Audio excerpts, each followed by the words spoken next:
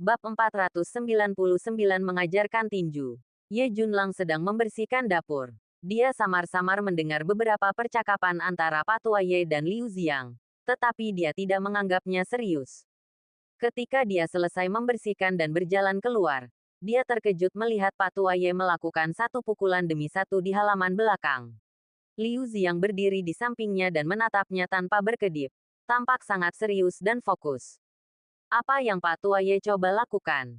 Ye Junlang bergumam dalam hatinya. Dan dia berjalan mendekat untuk menonton. Ye Junlang tidak bersuara untuk menyela. Tetapi berdiri di samping dan menonton dengan tenang. Dia bisa melihat bahwa Patua Ye tampaknya sedang mengembangkan gaya tinju. Evolusi gaya tinju ini tampak sangat aneh.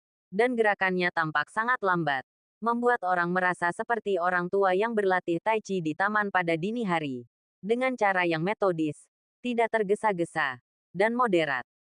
Ye Junlang dengan hati-hati merasakan bahwa dia tidak merasakan fluktuasi apapun dalam napas dari Patua Ye. Itu hanya seorang lelaki tua biasa yang melakukan serangkaian tinju sesuka hatinya. Mempertimbangkan aspek peregangan otot dan tulang orang tua, gerakan gaya tinju ini bermanfaat bagi kesehatan fisik dan mental orang tua. Pertanyaannya adalah, apa artinya Liu Xiang sedang menonton dengan serius? Sebuah pikiran tiba-tiba muncul. Mungkinkah Xiao Yang mempelajari gaya tinju ini dari Patua Ye? Melihat bahwa dia tidak mengajarinya dua gerakan, anak ini berbalik untuk meminta bantuan Patua Ye. Apakah Patua Ye ini menganggur? Dia juga berjanji kepada Liu Xiang untuk mengajarinya dua keterampilan seni bela diri. Ye Junlang sedikit geli. Mengira ini hanya omong kosong. Seni bela diri macam apa ini? Tinju kaku ini sangat menenangkan. Apakah benar-benar bisa digunakan dalam pertarungan? Ye Junlang masih memperhatikan lelaki tua Ye mengembangkan gaya tinjunya. Saat dia memperhatikan, dia tidak bisa menahan cemberut. Dia merasa bahwa gaya tinju yang dikembangkan oleh lelaki tua Ye sejalan dengan semacam hukum. Gaya tinju ini tampak menenangkan. Tetapi sebenarnya telah mencapai keadaan gaya tinju yang secara langsung menunjuk pada misteri. Gaya tinju yang berevolusi memang sangat sederhana. Sangat sederhana sehingga siapapun dapat menguasainya. Tanpa kerumitan apapun. Namun, gaya tinju yang tampaknya sederhana ini mengandung semacam pesona dan esensi. Seperti Tao dalam tinju. Hanya dengan memahami dan menangkap pesona ini, kita dapat benar-benar mempraktikkan gaya tinju ini. Satu-satunya hal yang membingungkan Ye Junlang adalah bahwa gaya tinju ini tampaknya mengandung rasa Tao tinju ketika dia melihat lebih dekat. Dan konsepsi artistik tinju di dalamnya cukup menakutkan. Pertanyaannya adalah, bisakah gaya tinju yang menenangkan seperti itu melawan dan membunuh musuh? Dalam kognisi Ye Junlang, keterampilan membunuh di medan perang harus cepat dan akurat. Dan penekanannya adalah pada one hit kill. Karakteristik ini sama sekali tidak berhubungan dengan gaya tinju yang dikembangkan Patua Ye saat ini. Pada saat ini, Patua Ye sudah berevolusi. Dia menarik napas dalam-dalam setelah menarik tinjunya. Dan menatap Liu Xiang dengan mata julingnya. Berkata, Xiao Yangzi, apakah kamu melihatnya dengan jelas? Jika sudah, giliranmu untuk menunjukkannya lagi. Patua Ye, apakah kamu mengajari Liu Xiang tinju? Ye Junlang berjalan mendekat dan bertanya sambil tersenyum. Patua Ye berkata dengan puas. Tentu saja. Xiao Yangzi sekilas melihat bahwa aku adalah seorang ahli dunia lain. Demi penglihatan Xiao Yangzi, aku harus mengajarinya beberapa trik. Liu Xiang memutar matanya diam-diam. Apa yang kamu bicarakan? Hanya saja aku berpikir tentang adikku yang menjadi cucu menantumu. Namun, jika kakak Ye benar-benar menjadi kakak iparmu, itu akan sangat bagus. Patua Ye, jangan menyesatkan anak muda itu, kata Ye Junlang bercanda. Patua Ye langsung melotot dan berkata, apa yang kamu tahu? Bocah nakal. Berapa banyak orang yang memohon padaku untuk mengajari mereka trik, tetapi aku tidak mau repot-repot menjawab. Jika bukan karena kamu adalah kakak ipar Xiao Yangzi, apakah aku punya waktu untuk mengajarinya? Kakak ipar, Ye Junlang waspada di mana-mana. Dia melotot ke arah Liu Xiang dan berkata, Xiao Yang, katakan yang sebenarnya. Apa yang kau katakan kepada Patua Ye? Kakak Ye, sebenarnya, tidak ada apa-apa. Liu Xiang tergagap. Patua Ye mengambil pipa di tangannya dan memukul kepala Liu Xiang. Sambil berteriak, Kau mendengarkan aku atau dia? Aku sudah menyuruhmu berlatih. Jadi berlatihlah. Mengapa kau ragu-ragu seperti wanita? Ya, ya, ya. Liu Ziang mengangguk berulang kali. Harus dikatakan bahwa ingatannya memang luar biasa. Dia mulai mengikuti evolusi gaya tinju Patuaye dari awal. Dan dia mengingat sebagian besarnya. Hanya ketika dia tidak dapat mengingat beberapa, atau tidak memperhatikan beberapa tempat yang tidak kentara, Patuaye akan mengingatkannya dan kemudian membakukan gerakan Liu Ziang. Namun, saat berlatih, Liu Ziang tidak dapat menahan diri untuk bergumam dalam hatinya. Tinju macam apa ini? Apakah ini benar-benar seni bela diri? Mengapa terasa mirip dengan beberapa orang tua yang berlatih Tai Chi dan Bagua di taman? Apakah gaya tinju lambat ini benar-benar bisa memukul orang? Aku takut aku akan ditendang jatuh oleh seseorang sebelum aku menyelesaikan gaya tinju. Kan? Orang tua ini memancarkan rasa vulgar. Apakah dia mempermainkanku? Liu Ziang mengeluh dalam hatinya. Dia merasa bahwa gaya tinju yang lambat dan santai ini terlalu tidak mengesankan. Seperti orang tua berusia 70-an yang bertinju untuk menjaga kebugaran. Oleh karena itu, Liu Ziang secara tidak sadar mempercepat evolusi gaya tinju. Tanpa diduga, bang, orang tua Ye menjatuhkan pipanya. Sambil mengumpat, kamu bahkan belum bisa merangkak. Dan kamu berpikir untuk melarikan diri. Tenangkan pikiranmu dan berlatihlah dengan jujur. Kepala Liu Ziang hampir terbentur. Dan dia meringis kesakitan. Dia memusatkan pikirannya dan mengikuti instruksi Patua Ye untuk berlatih dengan jujur. Gaya tinju ini memiliki total 6 bagian, yang masing-masing saling terhubung. Dan gaya tinjunya tidak rumit dan mendalam, dan dapat dikatakan mudah dipahami. Ye Junlang dengan saksama memperhatikan latihan Liu Ziang beberapa kali, dan tiba-tiba menemukan bahwa gaya tinju ini mencakup semua gaya tinju dasar. Tidak peduli seberapa kuat keterampilan tinju di dunia, mereka harus didasarkan pada gaya tinju dasar. Dengan kata lain, semuanya dibangun di atas gaya tinju dasar.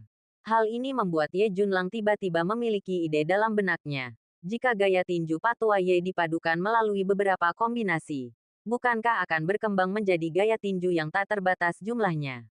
Ia dapat membunuh dan bertahan.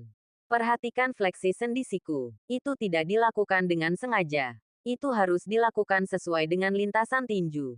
Pukulanmu salah. Seperti kata pepatah. Kesalahan kecil dapat menyebabkan kesalahan besar. Jika kamu membuat kesalahan di awal, kamu akan membuat semua kesalahan nanti. Coba lagi. Kamu terlihat sangat bersemangat. Mengapa kamu terlihat begitu lemah saat meninju? Kamu perlu memiliki momentum. Apakah kamu mengerti? Momentum tidak datang begitu saja, tetapi terakumulasi sedikit demi sedikit. Kamu harus tahu bagaimana mempertahankan momentum ini, yang dimulai dari hatimu dan berubah menjadi pukulan. Tanpa momentum ini, tidak ada gunanya berlatih apapun. Patua Ye menunjuk Liu Ziang sambil mengumpat, dan sesekali mengambil pipa di tangannya dan mengetuk beberapa sendi tubuh Liu Ziang untuk mengoreksi pukulan Liu Ziang. Ye Junlang melihatnya dan tak dapat menahan diri untuk mengingat kenangan yang sudah dikenalnya. Ia teringat saat ia masih muda. Ia berlatih Fist of Fury dan Patua Ye juga mengajarinya dengan cara ini, yang membuatnya mulai membuat prototipe Fist of Fury. Ia mengira ini adalah kecelakaan yang dilakukan Patua Ye.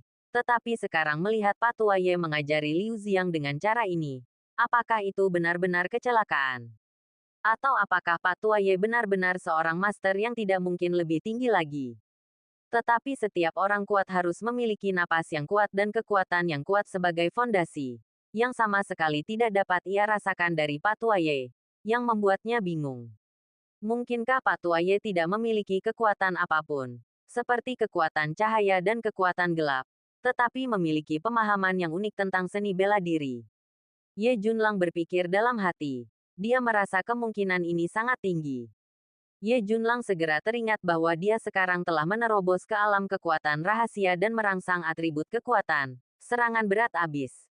Dia selalu ingin menggabungkan dua atribut kekuatan dari kekuatan serangan kritis dan serangan berat abis menjadi satu pukulan.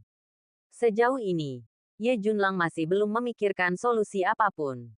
Mungkin, kita bisa bertanya pada Patua Ye. Bab 500 dengan rendah hati meminta nasihat. Liu Ziang menghabiskan sepanjang sore berlatih seni bela diri yang diajarkan Patua Ye kepadanya. Sekitar pukul 4 sore, Liu Ziang sudah berkeringat. Patua Ye juga tahu bahwa penting untuk menggabungkan pekerjaan dan istirahat dan tidak memaksakan sesuatu. Oleh karena itu, ia meminta Liu Ziang untuk berhenti dan berkata, "Kamu anak yang ceroboh. Itu saja untuk hari ini. Tetapi kamu harus ingat prinsip bahwa siapa yang bangun pagi akan mendapat cacing. Berlatihlah lebih banyak ketika kamu punya waktu. Mengenai seberapa banyak esensi yang dapat kamu pahami, itu tergantung pada bakat dan kesempatanmu sendiri." Liu Ziang mengangguk, menepuk dadanya dan berkata, "Jangan khawatir, Pak Tua. Aku tidak akan pernah mempermalukan reputasimu. Ketika aku mempelajari sesuatu di masa depan, aku pasti akan membuat namamu semakin terkenal. Bertarunglah dengan adikmu. Apakah kamu mengerti cara menyembunyikan kekuranganmu? Apakah kamu tidak mengerti prinsip bahwa burung pertama yang menjulurkan kepalanya akan ditembak? Ketika kamu berada di daftar evaluasi seni bela diri telur burung, kamu dapat melakukan apapun yang kamu suka. Sebelum kamu berada di sana, kamu harus menjaga ekor di antara kedua kakimu dan berperilaku seburuk mungkin. Seorang pemuda sepertimu yang tidak memiliki dasar, tidak memiliki latar belakang yang kuat, dan tidak memiliki wali, telah menunjukkan bakatnya dan telah dikenang oleh orang lain. Kamu tidak tahu kapan kamu akan mati." Pak Tua Ye memarahi dengan marah. Liu Ziang dimarahi dan mengangguk berulang kali. "Ayo kembali ke asrama dan beristirahat dulu," kata Ye Junlang. Liu Ziang mengangguk dan berkata, "Pak Tua, Kakak Ye, aku akan pergi dulu. Kembalilah besok saat kamu bebas." Liu Ziang pergi dengan cepat. Pak Tua Ye duduk di bangku kecil di halaman belakang, berjemur di bawah sinar matahari, menghisap pipa, dan posturnya yang menyilangkan kaki tampak santai dan puas, seolah-olah dia adalah orang terpenting di dunia. Ye Junlang tersenyum pahit dan menggelengkan kepalanya. Pak Tua ini benar-benar tidak berubah sama sekali selama bertahun-tahun. Ketika dia berada di jurang kecil itu, dia juga duduk di halaman seperti ini ketika dia senggang. "Pak Tua Ye, aku tidak menyangka kamu menjadi ahli seperti itu," kata Ye Junlang sambil tersenyum. Ekspresi mata juling Pak Tua Ye meremas Ye Junlang dan berkata, "Kamu tidak tahu apa-apa. Jika kamu ketahuan, apakah kamu masih seorang ahli? Aku hanya memiliki beberapa keraguan tentang tinju. Bagaimana kalau kamu memberiku beberapa saran? Aku tidak tahu apakah kamu memiliki kemampuan. Aku akan menganggapnya sebagai pilihan terakhir," kata Ye Junlang. Pak Tua Ye melirik Ye Junlang dan mencibir. "Provokasi. Aku, seorang lelaki tua, lebih banyak buang air daripada makan. Trikmu tidak akan berhasil." Wajah Ye Junlang menjadi hitam. Hanya lelaki tua ini yang berani mengatakan metafora yang vulgar dan menjijikkan seperti itu. Melihat wajah Ye Junlang yang frustrasi, lelaki tua Ye merasa senang. Dia tertawa, dan dua gigi depannya yang hilang sangat mencolok. Dia berkata dengan santai, "Tetapi jarang sekali kamu begitu rendah hati untuk meminta nasihat. Tidak ada salahnya bagiku untuk memberimu nasihat. Siapkan sepanci anggur untukku. Cari tempat. Dan berangkat sekarang." "Cari tempat." Ye Junlang sedikit bingung. Lelaki tua Ye melotot ke Ye Junlang dan berkata dengan tidak senang, "Kamu berbeda dari Xiao Yangzi. Apakah tempat ini memungkinkanmu untuk sepenuhnya menunjukkan kekuatan dan keterampilan bertarungmu?" "Itu benar. Ayo pergi. Aku tahu tempat yang cukup cocok," kata Ye Junlang sambil tersenyum. Ledakan. Segera, predator tertinggi, yang seperti binatang buas raksasa, meraung menjauh dari Tingzu Xiaozu. Ye Junlang melaju menuju Gunung Nanwang. Terakhir kali, dia membawa Su Hongxiu ke titik tengah Gunung Nanwang untuk melihat lampu ribuan keluarga. Ada ruang terbuka di sana.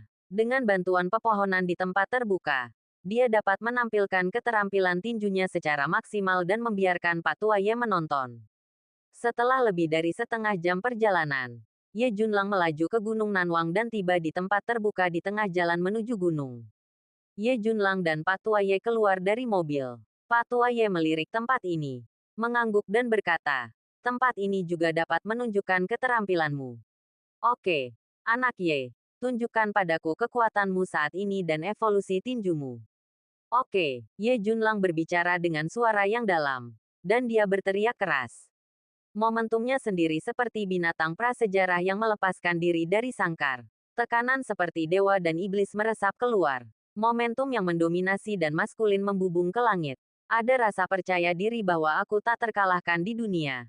Dan ada aura pembunuh yang tampaknya ditutupi oleh lautan mayat dan darah. Furious Fist, meledaklah untukku. Ye Junlang menggunakan pohon-pohon di ruang terbuka sebagai karung pasir dan langsung menampilkan tinju amarahnya sendiri. Menggunakan kekuatan serangan kritis untuk menggerakkannya. Setelah menerobos ke alam kekuatan rahasia, kekuatan Ye Junlang sendiri dapat dikatakan telah menyelesaikan transformasi.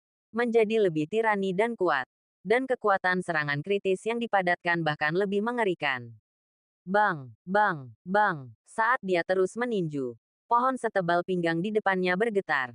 Tinju menghantam satu demi satu. Merobek kulit kayu dan memperlihatkan batangnya. Bahkan ada bekas tinju cekung di batang pohon. Patua Ye sedang menghisap pipa dan tidak bisa menahan diri untuk tidak mengangguk tanpa sadar. Dia sepertinya berpikir itu cukup bagus. Pada saat ini, tinju Ye Junlang berubah. Dia mendesak tinju-tinju paus pembunuh bayangan naga. Kali ini, dia menggunakan pukulan beratnya sendiri untuk menggerakkannya dan meledak dengan tinju, pukulan berat abis. Bang! Dengan satu pukulan, daun-daun pohon besar itu bergetar. Dan seluruh pohon bergetar dengan amplitudo yang terlihat. Ini benar-benar mengerikan. Pada saat itu, secercah cahaya cemerlang melintas di mata Patua Ye. Dan tanpa sadar dia bergumam. Anak baik, kamu layak dibesarkan olehku. Kekuatan seperti itu mungkin tak tertandingi oleh kekuatan gelap para ahli bela diri biasa. Tak lama kemudian, Ye Junlang menunjukkan dua atribut kekuatannya dan keterampilan tinjunya sendiri. Patua Ye datang dan berkata perlahan, anak muda Ye, Fist of Fury-mu memang menjadi semakin sempurna. Kamu telah menciptakan gaya tinju yang bisa disebut tingkat lanjut. Itu sangat bagus. Kalau aku tidak salah, kamu telah menguasai dua atribut kekuatan. Atribut kekuatan pertama adalah kekuatan serangan kritis. Atribut kekuatan lainnya berat dan tak terbatas. Dan memiliki daya mematikan yang lebih tinggi daripada kekuatannya sendiri. Bukan? Ye Junlang mengangguk dan berkata, benar. Atribut kekuatan kedua adalah kekuatan serangan berat. Yang bisa disebut serangan berat jurang. Abyss Smash. Itulah artinya, saat kamu berlatih hingga tingkat terkuat, satu pukulan akan sama mengerikannya dengan jurang. Patua Ye mengangguk, menyipitkan matanya dan melanjutkan. Tetapi orang tua itu juga melihatnya. Kau hanya dapat menggunakan dua atribut kekuatan ini secara terpisah. Dan tidak dapat digabungkan menjadi satu. Dalam satu pukulan, kau tidak dapat menunjukkan kedua atribut kekuatan ini, kan? Hati Ye Junlang terkejut, dan dia tidak bisa menahan diri untuk tidak mendesah. Benar saja, jahe tua itu masih lebih pedas. Pamanmu adalah pamanmu. Mata Patua Ye benar-benar ganas. Dia melihat masalah yang ingin dia selesaikan sekilas. Ya, benar, jadi aku ingin tahu. Dengan cara apa kedua atribut kekuatan ini bisa meledak pada saat yang sama? Tanya Ye Junlang. Sekarang dia juga samar-samar merasa bahwa Patua Ye benar-benar memiliki sedikit gaya master. Dan itu tidak semuanya pura-pura. Bab 501. Menunjuk jalan. Patua Ye perlahan menyalakan pipanya. Mengisapnya. Lalu berkata, aku belum menguasai dua atribut kekuatanmu. Yaitu serangan kritis dan serangan berat jurang. Jadi, bagaimana cara memadukan kedua atribut kekuatan ini menjadi satu gaya tinju? Aku tidak berani menyimpulkan. Namun, apakah itu kekuatan fisik atau kekuatan yang tampak? Keduanya merupakan perwujudan kekuatan yang berbeda. Dan keduanya mengarah pada tujuan yang sama. Selama kamu memahami sumber kekuatan, solusi yang saat ini mengganggumu akan segera terpecahkan. Sumber kekuatan. Ye Junlang mengerutkan kening. Agak bingung. Patua Ye melanjutkan. Baik itu kekuatan serangan kritis atau serangan berat jurang. Dari mana kedua atribut kekuatan ini berasal? Tentu saja, keduanya tidak muncul begitu saja. Pada analisis terakhir, keduanya sebenarnya berevolusi dari kekuatan dasarmu sendiri. Jadi, pertanyaannya adalah, apakah kamu tahu bagaimana kedua atribut kekuatan ini berevolusi? Setelah kamu mengetahuinya, kamu akan tahu sumber kekuatannya. Hati Ye Junlang terguncang. Alasan mengapa ia mampu mengembangkan kekuatan serangan kritis adalah karena Patua Ye telah memperbaiki teknik kekuatannya berkali-kali, yang memungkinkannya menghasilkan kekuatan dari telapak kakinya, melalui pinggang dan anggota tubuhnya, dan akhirnya membentuk kekuatan naga manusia, yang membuat kekuatan pemboman menghasilkan efek kritis. Kau tahu bagaimana kekuatan serangan kritis dihasilkan. Kau telah menguasai teknik pembangkitan kekuatan yang diajarkan oleh orang tua ini kepadamu. Dengan kata lain, kau memahami sumber kekuatan serangan kritis. Faktanya, itu juga kekuatan dasarmu sendiri yang dirangsang oleh teknik pembangkitan kekuatan, dipadatkan pada satu titik dan kemudian meledak. Oleh karena itu, kau telah menguasai Fist of Fury. Patua Ye berbicara, dan kemudian melanjutkan, bagaimana dengan Abyss Smash? Apakah kau memahami sumber kekuatan Abyss Smash? Jelas, kau belum memahaminya. Dan kau belum menyelidiki masalah ini. Kau hanya menikmati atribut kekuatan yang kau kuasai setelah menerobos alam. Dan kau belum menyelidiki sumber atribut kekuatan ini. Ini akan mengarah pada suatu hasil, yaitu, atribut kekuatan Abyss Heavy Strike hanyalah objek eksternal yang dapat Anda gunakan, bukan sesuatu yang benar-benar milik Anda. Ini tampaknya sangat kontradiktif. Jelas bahwa Abyss Heavy Strike berevolusi dari kekuatan dasar Anda. Tetapi itu bukan benar-benar milik Anda. Mengapa demikian? Masalahnya adalah Anda belum memahami sumber kekuatan Abyss Heavy Strike. Banyak seniman bela diri tidak peduli dengan hal-hal dasar seperti itu. Tetapi mereka tidak tahu bahwa makna sebenarnya dari penyederhanaan yang rumit dan menelusuri asal-usul dalam seni bela diri terletak pada hal ini. Oleh karena itu, Anda belum benar-benar memahami sumber kekuatan Abyss Heavy Strike, dan belum sepenuhnya mengubah kekuatan serangan berat ini menjadi milik Anda sendiri. Bagaimana Anda dapat mengembangkan gaya tinju yang sesuai berdasarkan atribut kekuatan ini? Justru karena Anda memahami proses kekuatan serangan kritis dari pembangkitan, kondensasi hingga ledakan, dan Anda jelas tentang seluruh kekuatan, dan memahami sumber kekuatan serangan kritis, sehingga Anda dapat membuat tinju yang ganas yang sesuai dengan kekuatan serangan kritis. Demikian pula, ketika Anda menguasai sumber kekuatan Abyss Heavy Strike, Anda juga dapat mengembangkan gaya tinju yang sesuai berdasarkan karakteristik konsentrasi kekuatan Abyss Heavy Strike. Instruksi. Orang tua Ye yang mendalam dan mudah dipahami membimbing Ye Junlang kembali ke esensi dasar, yang merupakan hal yang paling penting. Cara seni bela diri seperti membangun gedung tinggi di tanah datar. Semakin kokoh fondasinya, semakin tinggi bangunan itu dapat dibangun. Dan tingginya sebanding dengan kekokohan fondasinya. Jika tidak ada fondasi yang kokoh untuk menopangnya, tidak peduli seberapa tinggi bangunan itu hanyalah sebuah istana di udara dan tidak dapat menahan amukan badai dan hujan badai. Ye Junlang merasa seperti baru saja terbangun dari mimpi. Sebelumnya, dia selalu merasa ada lapisan kabut di depannya. Dan dia tidak bisa mengerti maksudnya. Seolah-olah dia tersesat di labirin. Tidak peduli apa yang dia lakukan. Dia tidak dapat menemukan cara untuk mengintegrasikan kekuatan pukulan berat jurang dan serangan kritis ke dalam tinju. Kata-kata Patua Ye membuatnya tiba-tiba melihat cahaya. Dan kabut pun hilang. Dia akhirnya melihat jalur seni bela diri yang menjadi miliknya. Setelah dia menerobos alam dan maju ke alam kekuatan rahasia, dia menguasai atribut kekuatan, serangan berat jurang, tetapi dia tidak pernah memikirkan tentang bagaimana serangan berat jurang berevolusi. Seperti yang dikatakan Patua Ye, dia hanya duduk santai dan menikmati atribut kekuatan yang distimulasi setelah menerobos alam. Sayangnya, evolusi gaya tinju dapat dilihat sebagai lintasan lari suatu kekuatan. Ye Junlang belum mengetahui proses evolusi serangan berat jurang sebelumnya. Jadi bagaimana dia bisa mengembangkan kekuatan serangan berat ini menjadi tinju? Ini berarti bahwa gaya tinju Ye Junlang saat ini tidak cukup untuk melepaskan kekuatan sebenarnya dari serangan berat jurang. Hanya gaya tinju yang disesuaikan dengan evolusi kekuatan pukulan berat yang dapat sepenuhnya melepaskan kekuatan mengerikan dari pukulan berat Abyss. Ye Junlang segera menjadi gelisah dan tampak sangat bersemangat. Patua Ye, tampaknya Anda benar-benar ahli dalam apa yang Anda lakukan. Kata-kata ini benar-benar membuat saya berpikir jernih. Tanpa mengatakan apapun, akan ada banyak anggur malam ini, kata Ye Junlang dengan bersemangat. Patua Ye mengisap pipanya. melirik Ye Junlang dengan sepasang mata juling, dan berkata, "Kapan orang tua itu pernah berbohong kepada Anda? Semua orang mengatakan bahwa orang tua itu adalah seorang ahli. Anda hanya tidak mempercayainya. Dalam hal ini, Anda tidak sebaik Xiao Yangzi. Pak Tua Ye, sudah hampir cukup. Jangan terus memanjat tiang," kata Ye Junlang dengan tidak senang. Pak Tua Ye tersenyum dan melanjutkan. Mengenai evolusi tinju.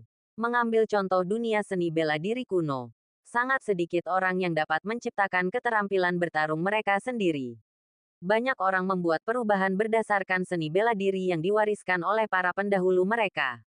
Mengenai keterampilan bertarung yang benar-benar asli. Jika mereka benar-benar dapat menyesuaikan karakteristik kekuatan mereka sendiri, maka kekuatannya secara alami akan sangat mengerikan. Orang tua ini mendorongmu untuk menciptakan keterampilan bertarungmu sendiri. Namun, kamu harus ingat satu hal. Jangan sampai terjebak di jalan buntu. Keterampilan bertarung apapun, baik itu tinju atau postur kaki, harus memperhatikan postur. Postur ini adalah makna tinju yang telah berevolusi dari tinju, yang dapat dipahami sebagai jiwa dari misteri tinju.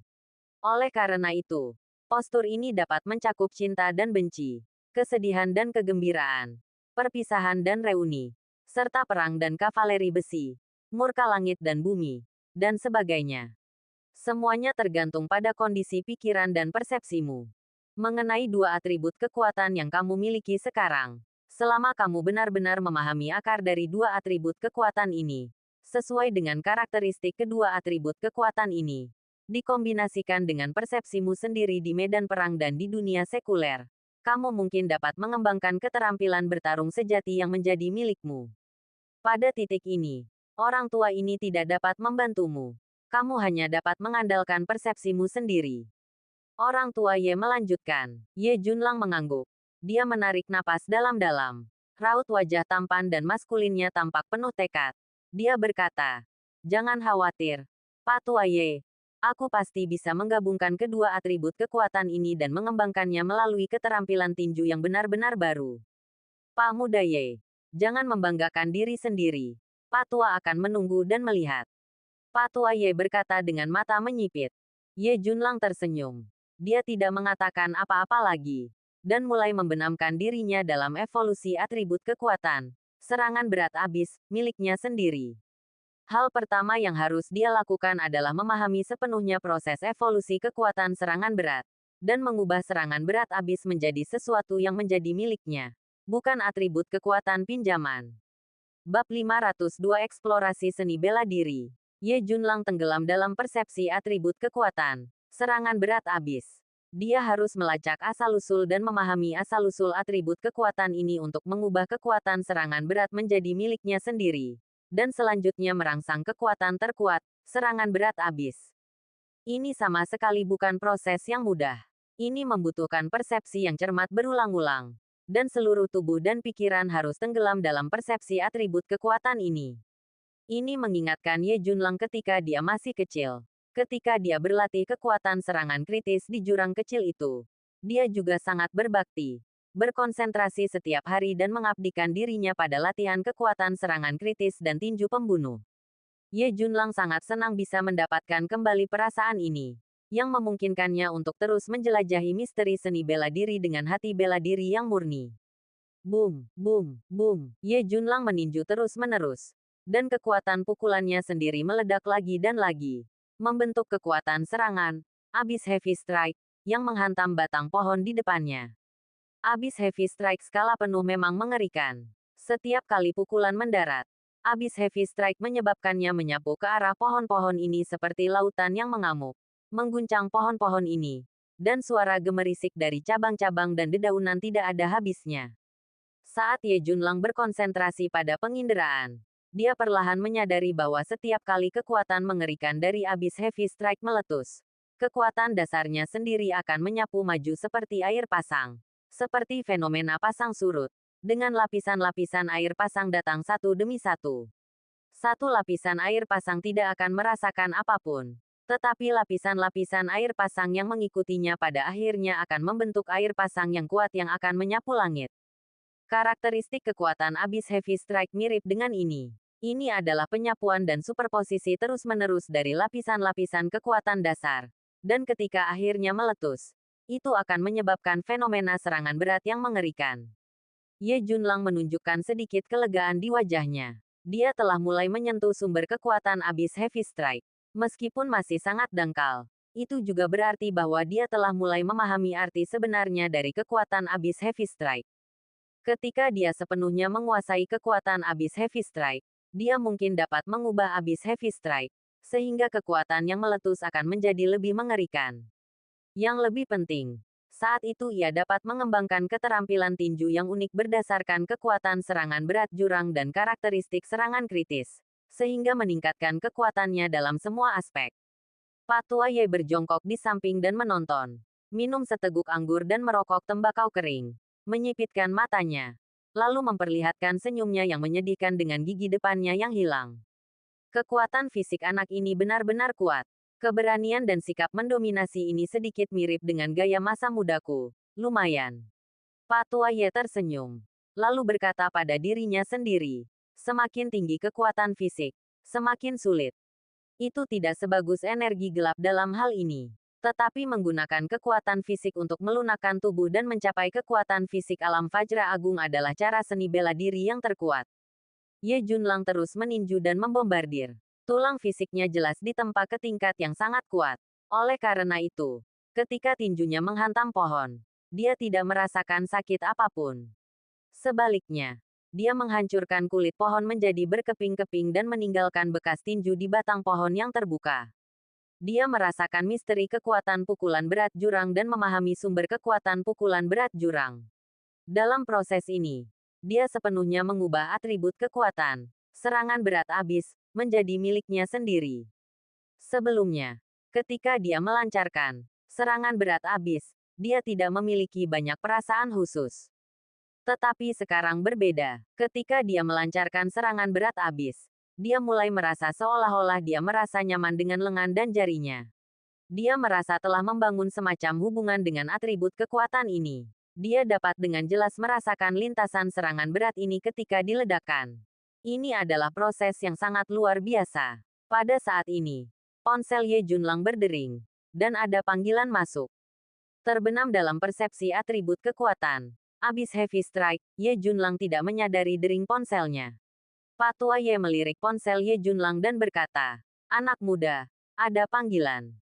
Sebaiknya kamu berhenti dulu. Tidak selalu baik untuk membenamkan kepala dalam latihan keras. Terkadang kamu perlu lebih banyak menggunakan otakmu. Ye Junlang berhenti saat ini. Ketika dia sadar, dia mendengar ponselnya berdering. Dia berjalan mendekat dan mengangkat teleponnya. Ternyata itu adalah panggilan dari Su Hongxiu. Halo, Hongxiu, kata Ye Junlang. Junlang, mengapa aku tidak melihatmu datang ke perusahaan selama 2 hari ini? Suara Su Hongxiu yang indah dan menyenangkan terdengar dari telepon. Ye Junlang memikirkannya dan menyadari bahwa dia belum pernah ke grup Su selama 2 atau 3 hari. Tidak heran Su Hongxiu menelepon untuk menanyakannya. Hongxiu, aku belum memberitahumu bahwa Patua Ye telah datang ke kota Jianghai. Aku bersamanya sekarang. Ye Junlang menatap Patua Ye dan berkata, Patua Ye, siapa itu? Ayahmu? Tidak. Bukan, kurasa dia kakekku. Ah, kakekmu. Kenapa kau tidak memberitahuku? Sungguh, di mana kau sekarang? Kurasa sudah larut. Kita makan malam bersama nanti. Kau bawa kakek Ye bersamamu. Makan bersama. Ye Junlang tertegun sejenak, dan matanya tak bisa menahan diri untuk melirik Patua Ye dengan ekspresi ragu di wajahnya. Ketika Patua Ye melihat kepala sekolah yang cantik itu, ia sudah memutuskan bahwa ia akan menjadi calon menantunya. Jika ia melihat Su Hongxiu, apakah ia akan memaksakan diri untuk segera menikahi Su Hongxiu? Jadi, jika harus membawa Patua Ye makan malam dengan Su Hongxiu, Ye Junlang sangat khawatir. Patua Ye hampir menjadi cacing di perut Ye Junlang. Jadi ketika dia melihat tatapan Ye Junlang, dia langsung tahu apa yang dipikirkan Ye Junlang. Wajah Patua Ye menjadi gelap, dan dia berkata dengan muram, bocah bau. Lelaki tua itu bahkan belum masuk peti mati. Dan kamu sudah mulai tidak menyukainya, kan? Apa? Apakah kamu merasa malu untuk mengajak lelaki tua itu makan? Ye Junlang menggelengkan kepalanya dan tersenyum pahit. Dan berkata, baiklah. Hong Xiu, kamu ingin makan di mana? Restoran Hong Xuan. Aku akan ke sana dulu. Telepon aku saat kamu sampai di sana. Kata Su Hong Xiu di telepon.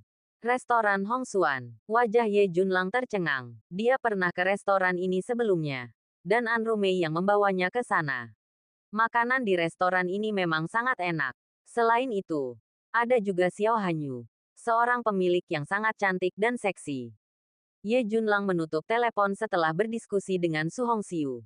Pada akhirnya, dia menatap Pak Tua Ye dan berkata, Pak Tua Ye, bagaimana mungkin aku tidak menyukaimu? Aku hanya khawatir dengan mulutmu. Aku sudah bilang sebelumnya bahwa kita akan makan malam dengan ketua grup Su nanti.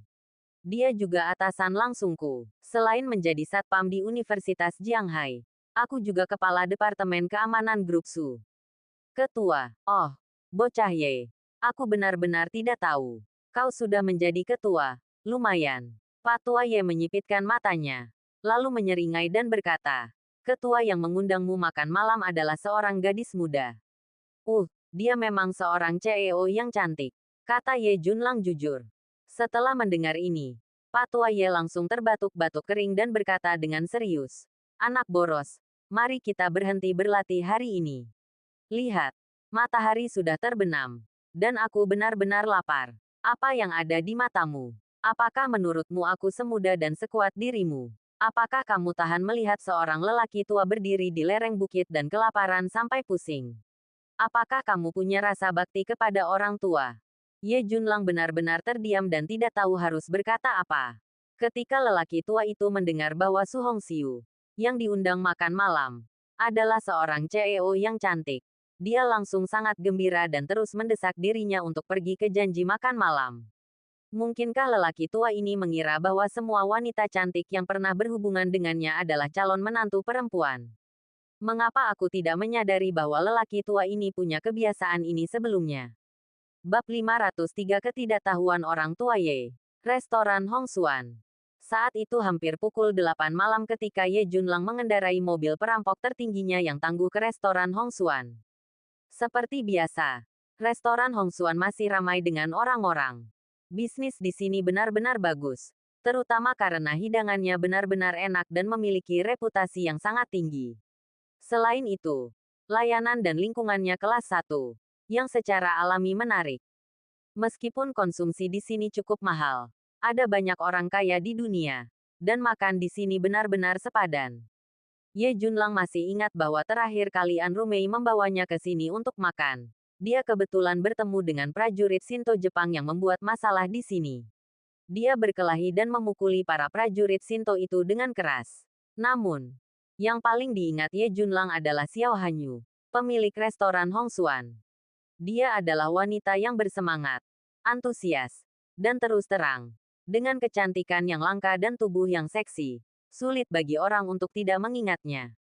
Ketika Ye Junlang mendekati restoran Hong Xuan, dia sudah menelepon Su Hong Xiu dan mengetahui bahwa dia sudah menunggu di kotak anggrek di lantai 2. Setelah turun dari mobil, Ye Junlang menuntun Pak Tua Ye ke restoran Hong Xuan. Menghadapi pelayan yang datang, Ye Junlang berkata, bagaimana cara saya menuju kotak anggrek? Tuan, apakah Anda sudah memesan kotak anggrek? Kalau begitu silakan ikuti saya. Ada di lantai 2. Pelayan itu berkata sambil tersenyum. Ye Junlang mengangguk dan mengikuti pelayan ke atas. Pak Tua Ye meletakkan tangannya di belakang punggungnya, dan berjalan ke atas seperti seorang master. Dia bergumam kepada Ye Junlang. Tuan muda Ye, mengapa kamu tidak mengeluarkan kacamata hitamku? Wajah Ye Junlang muram. Pura-pura tidak mendengar apa yang dikatakan lelaki tua itu. Citra, Pak Tua Ye benar-benar seorang pertapa, yang baru saja dia ciptakan di Gunung Nanwang langsung runtuh. Lelaki tua ini selalu ingin pamer. Kepada siapa dia pamer di usianya yang sudah setua ini?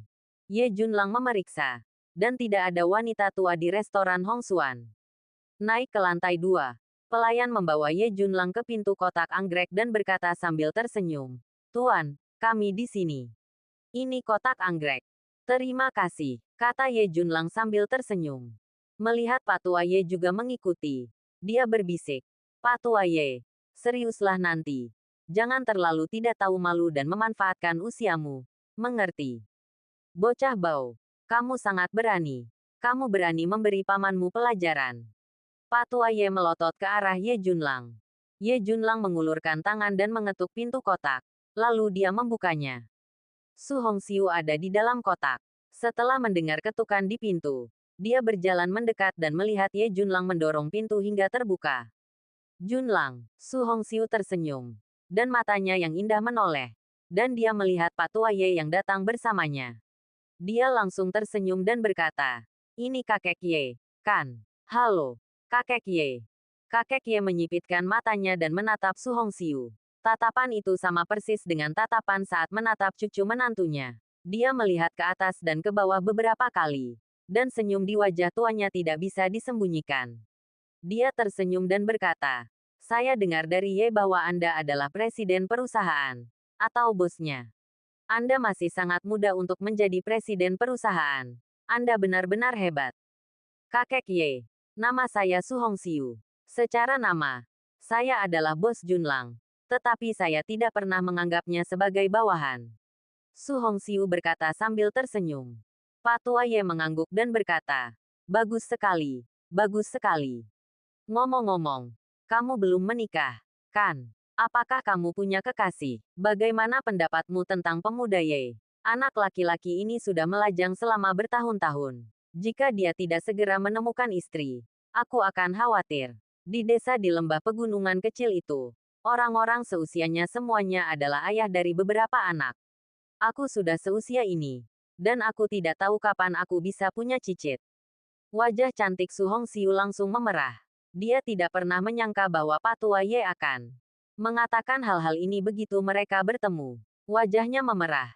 Tetapi dia diliputi kegembiraan dan kegembiraan di dalam hatinya. Namun, bagaimanapun juga, dia adalah seorang gadis yang belum menikah. Dia terkejut dan mendengar Patua Ye dengan serius membahas hubungan seumur hidup antara pria dan wanita dan topik tentang memiliki anak. Dia tidak tahu bagaimana harus menanggapi untuk sementara waktu. Wajah Ye Junlang menjadi gelap. Dia menarik Patua Ye ke samping dan berkata, "Patua Ye, bukankah kita sepakat tentang ini? Bisakah kamu diam?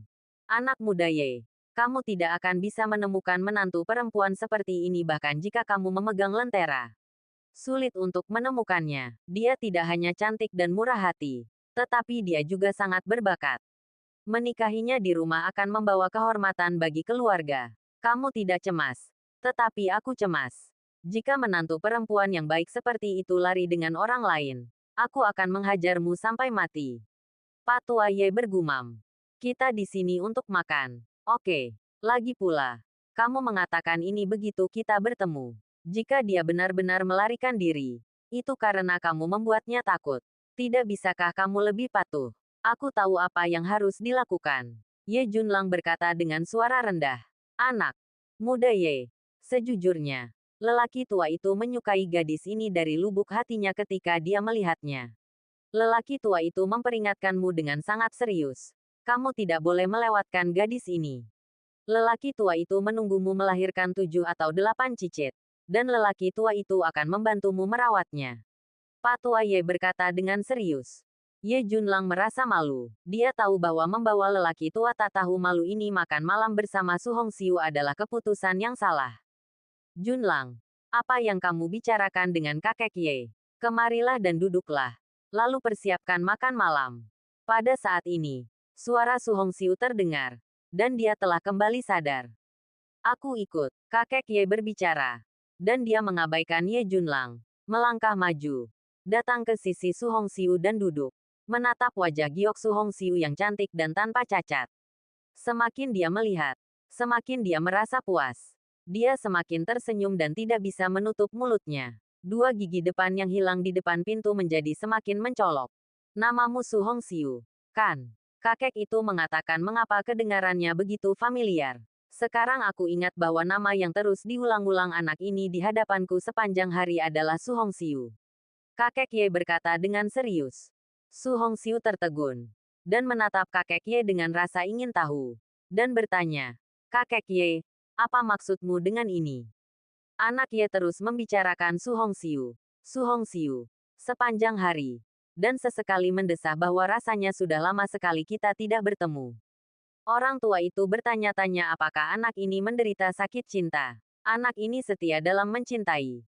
Dan jika dia benar-benar menyukai seseorang, dia pasti akan sangat gigih.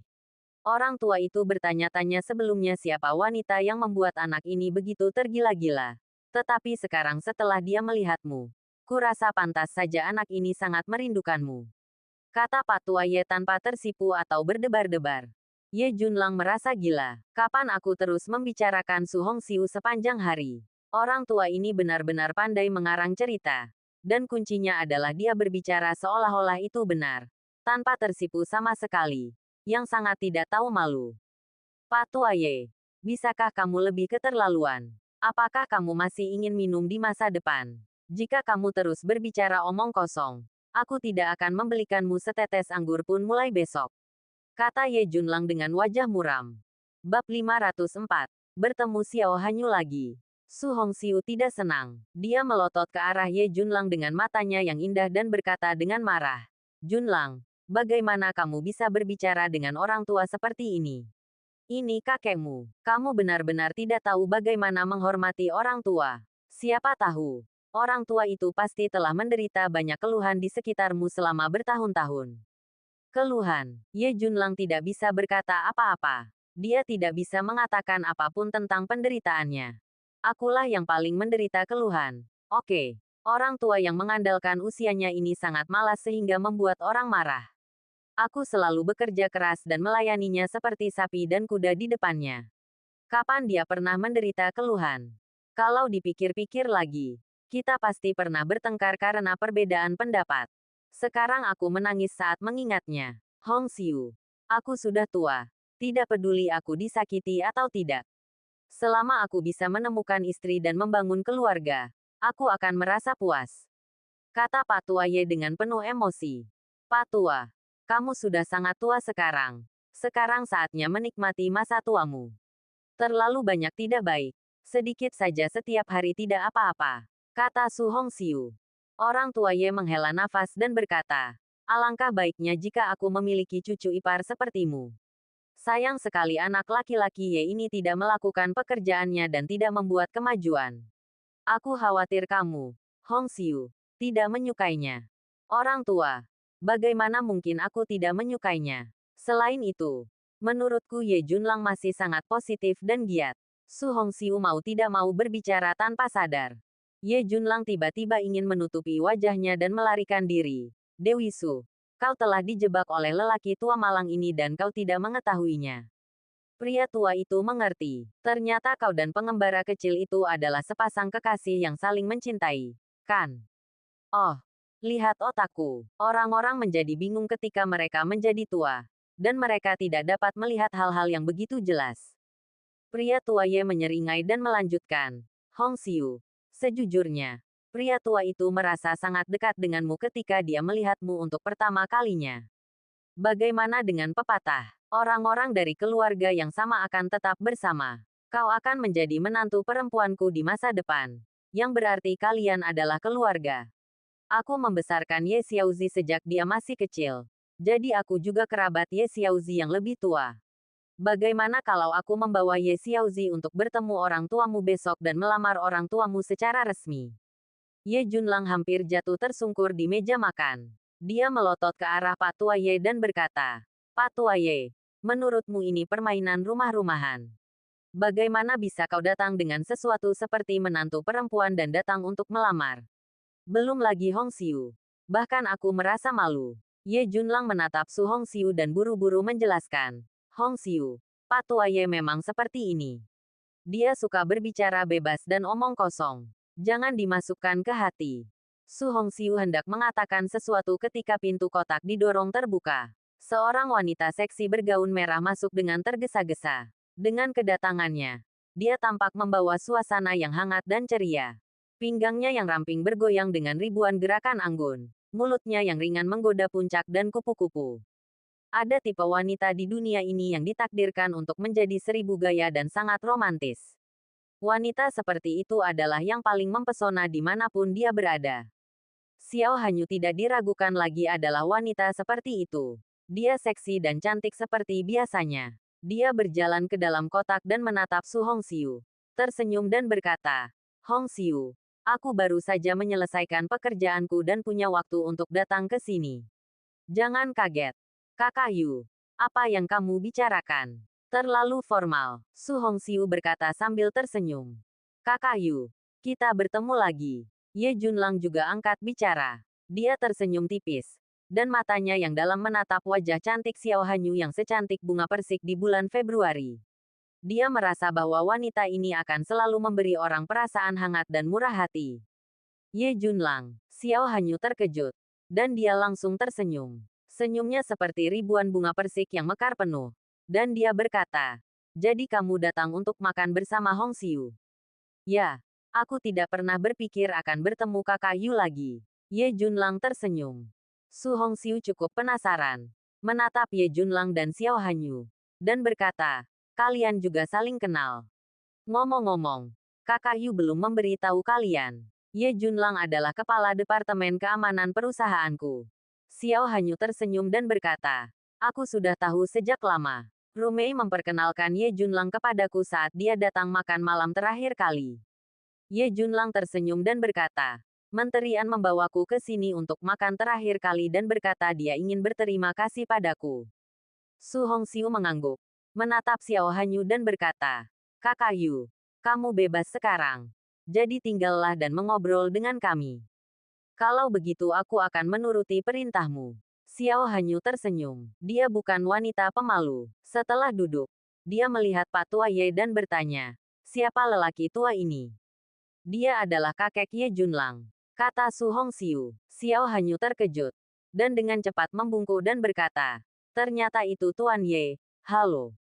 Apakah ini pertama kalinya kamu makan di restoranku? Kamu bisa mencoba makanan di restoranku nanti. Baiklah. Baiklah. Gadismu tidak buruk. Dia sangat bijaksana dan menyenangkan, kata Pak Tua Ye sambil tersenyum. Ye Junlang takut Pak Tua Ye akan membuat masalah lagi.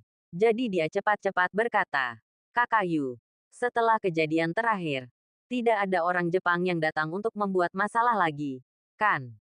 Xiao Hanyu menggelengkan kepalanya dan berkata, tidak. Terima kasih atas bantuanmu terakhir kali. Kakak Yu, kamu sopan. Ye Junlang tersenyum. Selama percakapan, hidangan yang dipesan disajikan satu persatu. Pak Tua Ye suka minum anggur putih. Xiao Hanyu memesan sebotol Maotai yang telah disimpan selama 10 tahun. Ketika botol dibuka, aroma anggur yang meluap benar-benar membuat Pak Tua Ye sangat senang. Yang mengejutkan Ye Junlang selanjutnya adalah bahwa Pak Tua Ye mencicipi anggur dan menyantap hidangan dengan gembira. Tetapi dia tidak mengatakan sesuatu yang mengejutkan. Sesekali, dia memuji hidangan tersebut karena dimasak dengan baik. Reaksi Pak Tua Ye benar-benar seperti yang ingin dilihat Ye Junlang.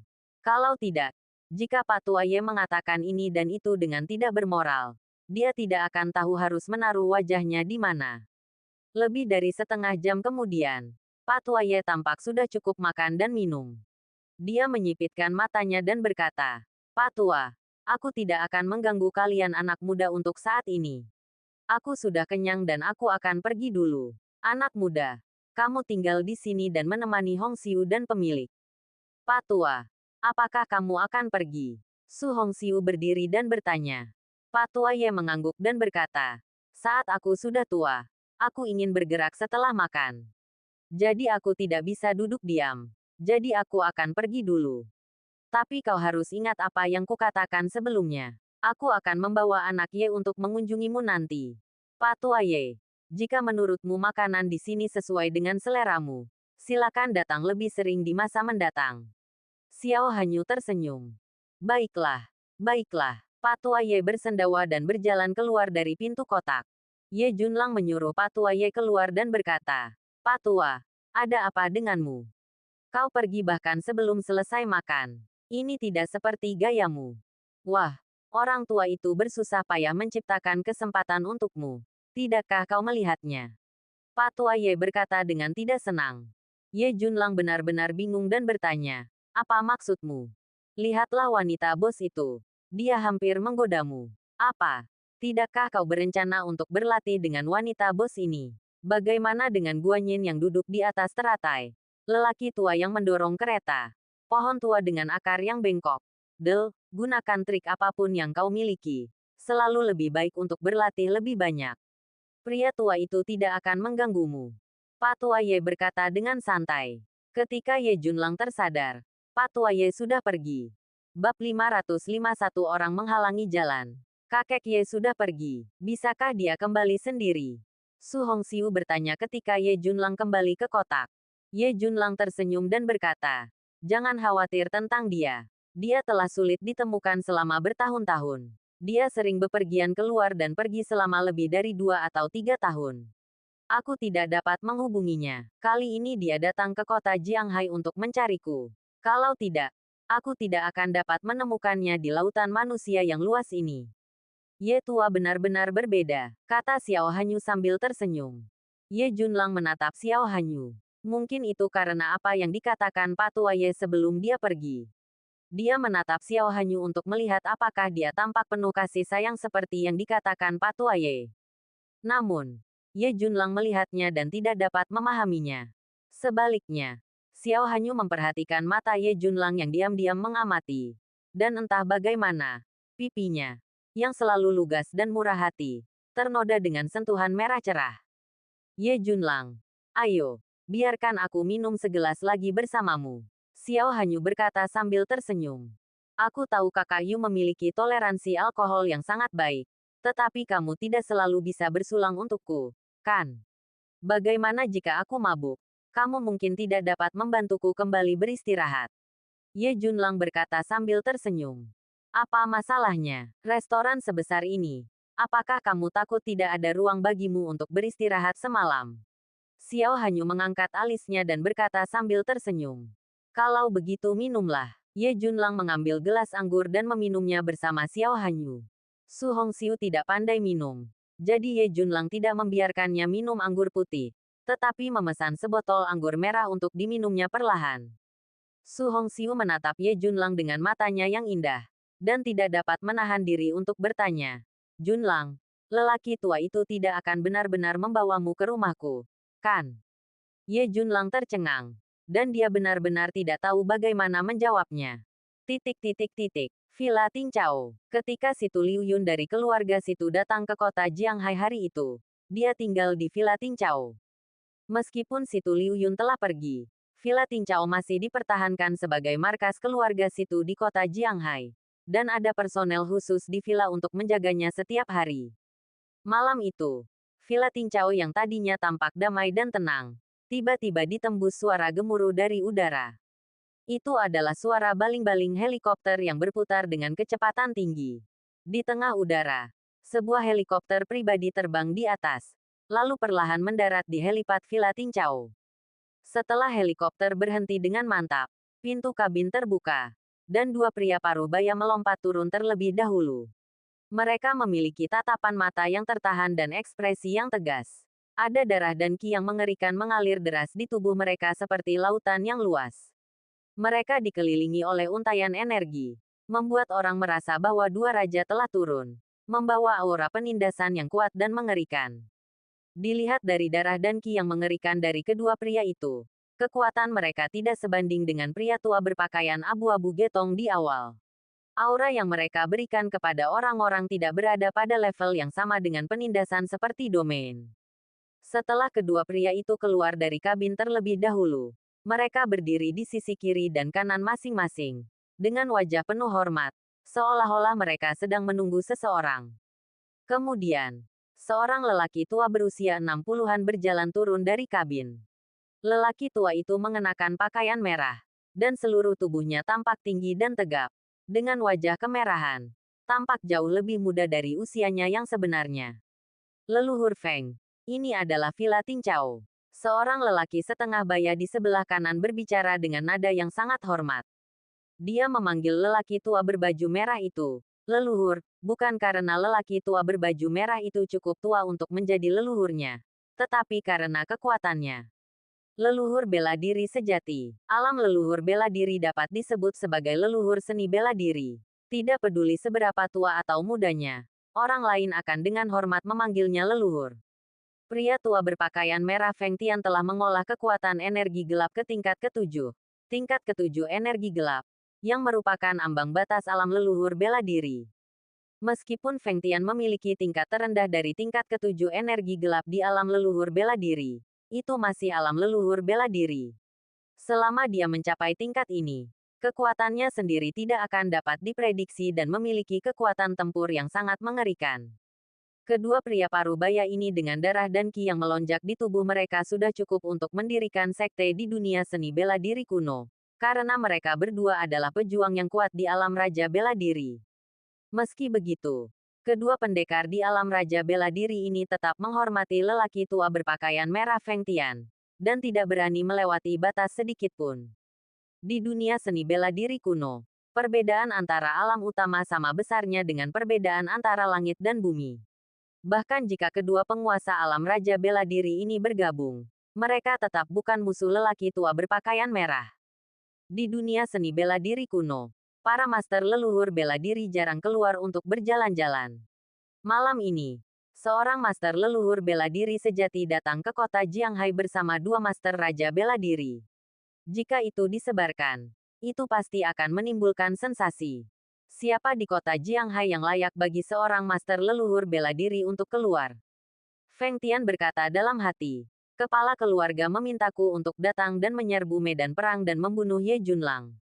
Hal ini tentu membuatku penasaran. Apa istimewanya Ye Junlang? Konon, seorang ahli bela diri yang dibawa oleh putra kedua dibunuh oleh Ye Junlang. Dari informasi yang ada, Ye Junlang masih sangat muda. Jalan bela dirinya bukanlah untuk melatih kekuatan terang dan gelap, melainkan untuk melatih kekuatan fisiknya sendiri. Ini memang agak luar biasa. Tapi itu saja, ahli bela diri di sebelah kanan berbicara. Namanya Liu Qinhu. Ia telah mengolah kekuatan gelap tingkat kelima dan dianggap sebagai pemimpin di antara para ahli bela diri. Sue Ding, ahli alam raja bela diri lainnya, mencibir dan berkata, betapapun hebatnya dia ditakdirkan untuk tidak selamat malam ini. Membunuh ahli alam kehormatan bela diri, itu bukan apa-apa, aku bisa membunuhnya dengan satu tangan. Perkataan Sue Ding tidak berlebihan. Jika Ye Junlang, target yang mereka datangi ke kota Jianghai secara diam-diam kali ini, mirip dengan seorang ahli martial honor Rilem, maka dengan kekuatan martial King Rilem milik Sue Ding, ia dapat membunuh seorang ahli martial honor Rilem dengan satu tangan. Kepala keluarga pasti punya alasan untuk membuat pengaturan seperti itu. Tidak peduli apapun, niat kepala keluarga sangat jelas. Ye Junlang harus mati. Jadi, malam ini, kalian berdua akan bertindak bersama. Dan aku akan berada di pihak untuk membantu kalian. Feng Tian berkata dengan suara yang dalam. Yakinlah, leluhur Feng, Sue Ding dan aku akan membunuh tidak hanya satu Ye Junlang, tetapi juga 10 dari mereka. Liu Qinhu menjilat sudut mulutnya, memperlihatkan niat membunuh yang haus darah. Mari kita bertindak tanpa menunda lebih jauh, kata Feng Tian. Liu Qinhu dan Sue Ding mengangguk, siap meninggalkan Villa Tingchao, melacak lokasi spesifik Ye Junlang, dan melancarkan serangan dahsyat. Di luar gerbang villa, seorang lelaki tua datang dan duduk di tangga batu di luar villa. Ia mengupil di telinga dan selangkangannya, lalu mengeluarkan kantong plastik dari saku celananya. Ia meletakkan jari-jarinya di sudut mulut dan membuka kantong plastik itu. Ada sekantong tembakau di dalamnya. Lelaki tua itu perlahan mengisi corong pipa kering dengan tembakau, mengambil korek api dan menyalakannya, lalu menggerakkan pipa kering itu untuk menghisapnya. Setelah menghisap rokok tua itu, mata juling lelaki tua itu menyipit, dan ia menatap ke depan dengan penuh arti.